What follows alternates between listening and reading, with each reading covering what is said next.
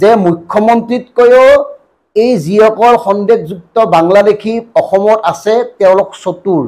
তেওঁলোকে এতিয়াও ভাৰতবৰ্ষত নাগৰিকত্ব লাভৰ কাৰণে আবেদন কৰা নাই, কাৰণ এই বিষয়টো উচ্চতম ন্যায়ালয়ত বিচাৰাধীন হৈ আছে। এতিয়া মুখ্যমন্ত্ৰী ডাঙৰীয়াই বাৰে বাৰে কৈ আছে যে এজনেওতো আবেদন কৰা নাই, মাত্ৰ এজনে আবেদন কৰিছে মানে নাগৰিকত্ব বিচাৰি।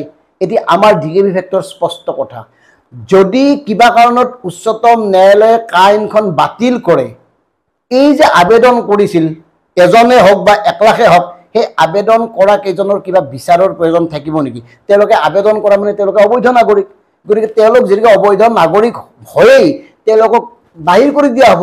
গতিকে ইমান মানে কেঁচা কাম এই সন্দেহযুক্ত নাগৰিকসকলে নকৰে, কাৰণ সন্দেহযুক্ত নাগৰিকসকলক সংস্থাপনৰ মানে আঁৰত অদৃশ্য এটা ডাঙৰ শক্তি জড়িত হৈ আছে, আৰু তেওঁলোকৰ নিৰ্দেশনাত এই গোটেই কাম কাজবোৰ চলে। গতিকে মুখ্যমন্ত্ৰী ডাঙৰে অসমৰ সাধাৰণ জনতাক মূৰ্খ বুলি ভাবি এই যুক্তি দিছে যে মানে কোনেও এতিয়ালৈকে আবেদন কৰা নাই। মুখ্যমন্ত্ৰীটো বাদ দিয়ক, আমাৰ জয়ন্ত পীযুষ বিভিন্ন চবেই কয় কেইজনে আবেদন কৰিলে, কোটি কোটি মানে লাখ লাখ বিদেশী অহা কথা আছিল, এজনেতো অহা নাই। আৰে বাবা, কিয় আবেদন কৰিব? যদি সুপ্ৰিম কোৰ্টে কাখন বাতিল কৰে, এই আবেদন কৰা মানুহকেইজন দেখে দেখোন তেওঁলোকে অবৈধ বাংলাদেশী বুলি প্ৰমাণ হ'ব।